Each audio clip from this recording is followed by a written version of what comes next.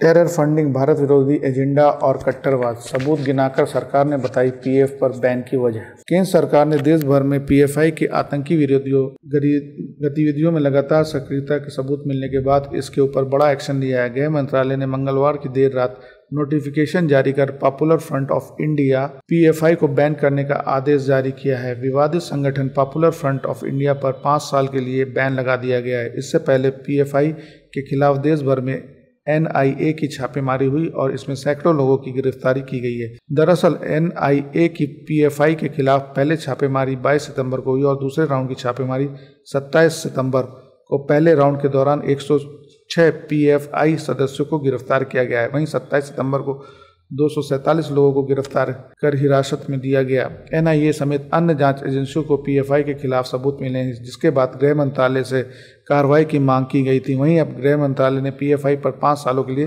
Ban लगा दिया है। आइए जानते हैं वो क्या सबूत हैं जिसके आधार पर पीएफआई पर बैन लगा है। ऑपरेशन ऑक्टोपस के 2 राउंड में एनआईए, एटीएस और स्टेट पुलिस को पीएफआई के मिशन 2047 से जुड़े ऐसे सबूत मिले हैं जो इस ऑर्गेनाइजेशन पर बैन की वजह बन सकते हैं।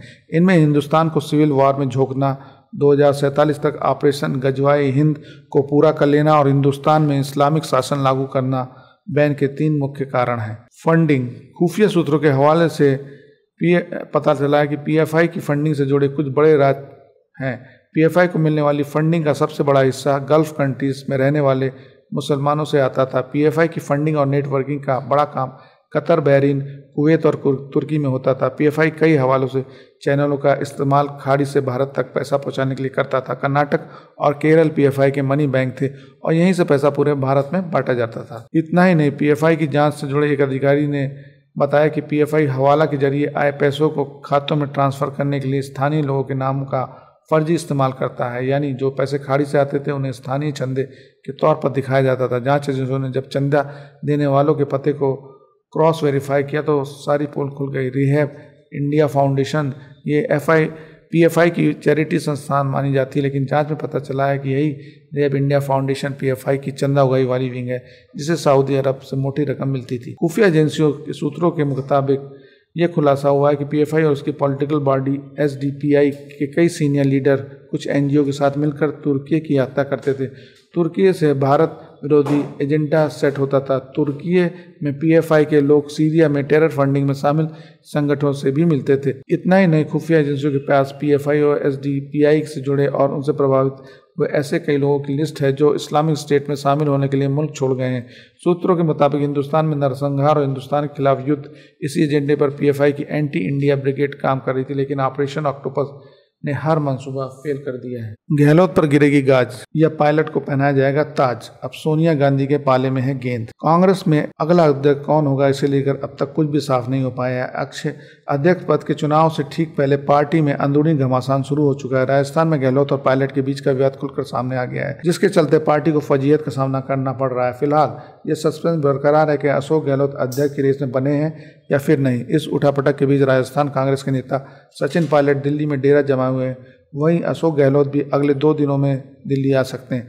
राजस्थान कांग्रेस में हुई बगावत के बाद अब गेंद सोनिया गांधी के पाले में। इसे पूरे विवाद को लेकर प्रभारी अजय माकन और पर्यवेक्षक मल्लिकार्जुन खड़गे ने सोनिया गांधी को रिपोर्ट सौंप दी, जिसके बाद उनके फैसले का इंतजार किया जा रहा है। बताया जा रहा है कि जो कुछ हुआ उसमें सोनिया गांधी नाराज है। पहले से ही तमाम राज्यों में हार का सामना कर रही पार्टी के लिए ऐसे हालात को काफी नाजुक बताया जा रहा है, इसलिए गहलोत पर गाज गिर सकती है और उन्हें अध्यक्ष की रेस से बाहर किया जा सकता है। बताया जा रहा है कि राजस्थान में सचिन पायलट के खिलाफ बगावत छेड़ने वाले अशोक गहलोत के करीबी नेताओं के खिलाफ कार्रवाई हो सकती है। सूत्रों के मुताबिक सोनिया गांधी को सौंपी गई रिपोर्ट में गहलोत के इन करीबियों का भी जिक्र किया गया है, जिसके बाद सोनिया ने शांति धारीवाल, महेश जोशी और धर्मेंद्र राठौर को कारण बताओ नोटिस जारी किया है। कुल मिलाकर यह तय है कि भले ही गहलोत अपने कद की वजह से बच निकलें, लेकिन किसी न किसी पर गाज जरूर गिरेगी। कांग्रेस अपने नेताओं और कार्यकर्ताओं में ये मैसेज जरूर देना चाहेगी कि पार्टी आलाकमान के फैसले के खिलाफ जाना कितना खतरनाक हो सकता है। जहां एक तरफ राहुल गांधी भारत जोड़ो यात्रा में व्यस्त हैं, वहीं दूसरी ओर दिल्ली में सोनिया गांधी की मुश्किलें लगातार बढ़ती जा रही हैं। सवाल यह है कि अगर राजस्थान में गहलोत या फिर उनके करीबियों के खिलाफ कार्रवाई होती है तो पार्टी में टूट होने से कैसे बचाया जाए। दूसरा बड़ा सवाल यह है कि अगर सचिन पायलट को राजस्थान की कुर्सी नहीं मिली तो उन्हें कौन सी बड़ी जिम्मेदारी दी जाए, क्योंकि पायलट लगातार नाराज चल रहे हैं और गहलोत के खिलाफ बगावत भी कर चुके हैं, जिसके बाद राहुल गांधी तमाम शर्तों के साथ उन्हें वापस लाए थे। अब सचिन पायलट जब सोनिया गांधी से मुलाकात करेंगे तो इस पर चर्चा हो सकती है। उनके समेत समर्थक विधायक भी लगातार पार्टी आलाकमान पर दबाव बनाने की कोशिश में जुटे हैं। कुल मिलाकर कांग्रेस फिलहाल अपने से ही परेशान दिख रही है। आलाकमान के सबसे करीबी नेता गहलोत ही बगावत कर चुके हैं। ऐसे में पार्टी का नेतृत्व किसे सौंपा जाए ये तय कर पाना बेहद मुश्किल है। फिलहाल 30 सितंबर तक अध्यक्ष पद के लिए नामांकन दाखिल किए जा सकते हैं। पार्टी नेता शशि थरूर 30 सितंबर को अपना नामांकन भरेंगे। बता दें कि 17 अक्टूबर को कांग्रेस अध्यक्ष पद का चुनाव होगा और 19 को नतीजे सामने आएंगे। दिल्ली आबकारी नीति में भ्रष्टाचार, शराब कारोबारी समीर महेंद्र गिरफ्तार, ईडी आज करेगी कोर्ट में पेश। दिल्ली आबकारी नीति में भ्रष्टाचार से जुड़े मामलों में केंद्रीय जांच एजेंसी प्रवर्तन निदेशालय ने बड़ी कार्रवाई की है। ईडी ने देश के बेहद चर्चित शराब कारोबारी समीर महेंद्र को गिरफ्तार किया है। महेंद्र पर यह कार्रवाई मनी लॉन्ड्रिंग को लेकर की गई है। पहले कई राउंड की पूछताछ हुई, जिसके बाद शराब कारोबारी को गिरफ्तार किया गया। आज आरोपी को दिल्ली स्थित कोर्ट में पेश किया जाएगा। धन्यवाद। Prime news 18.com।